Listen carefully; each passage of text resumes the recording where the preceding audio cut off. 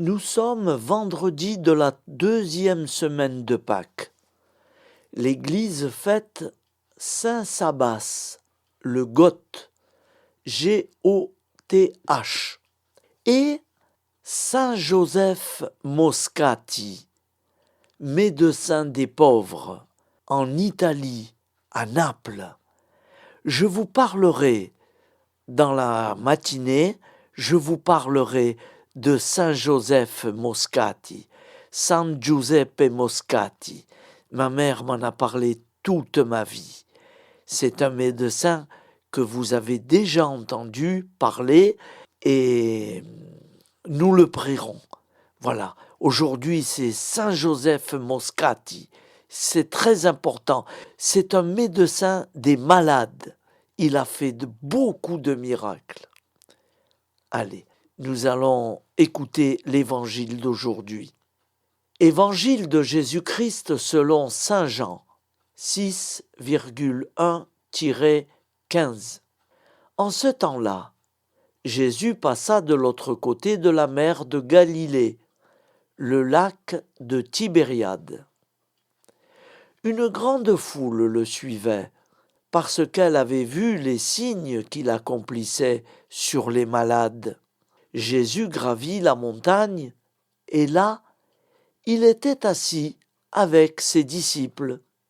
Or, la Pâque, la fête des Juifs, était proche. Jésus leva les yeux et vit qu'une foule nombreuse venait à lui.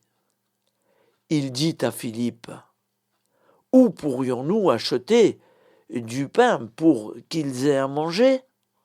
Il disait cela pour le mettre à l'épreuve, car il savait bien, lui, ce qu'il allait faire.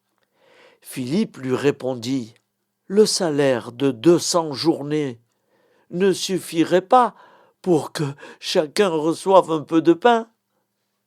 Un de ses disciples, André le frère de Simon-Pierre, lui dit, « Il y a un jeune garçon qui a 5 pains d'orge et 2 poissons.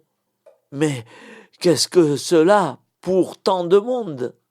Jésus dit, « Faites asseoir les gens. » Il y avait beaucoup d'herbe à cet endroit. Ils s'assirent donc au nombre d'environ 5000 hommes.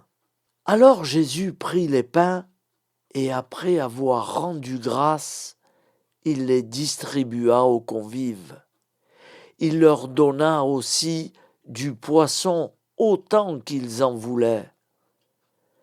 Quand ils eurent mangé à leur faim, il dit à ses disciples, « Rassemblez les morceaux en surplus pour que rien ne se perde. » Ils les rassemblèrent et ils remplirent 12 paniers avec les morceaux des 5 pains d'orge restés en surplus pour ceux qui prenaient cette nourriture. À la vue du signe que Jésus avait accompli, les gens disaient, « C'est vraiment lui le prophète annoncé, celui qui vient dans le monde. » Mais Jésus savait qu'ils allaient venir l'enlever pour faire de lui leur roi. Alors, de nouveau, il se retira dans la montagne, lui seul. Acclamons la parole de Dieu. Louange à toi, Seigneur Jésus.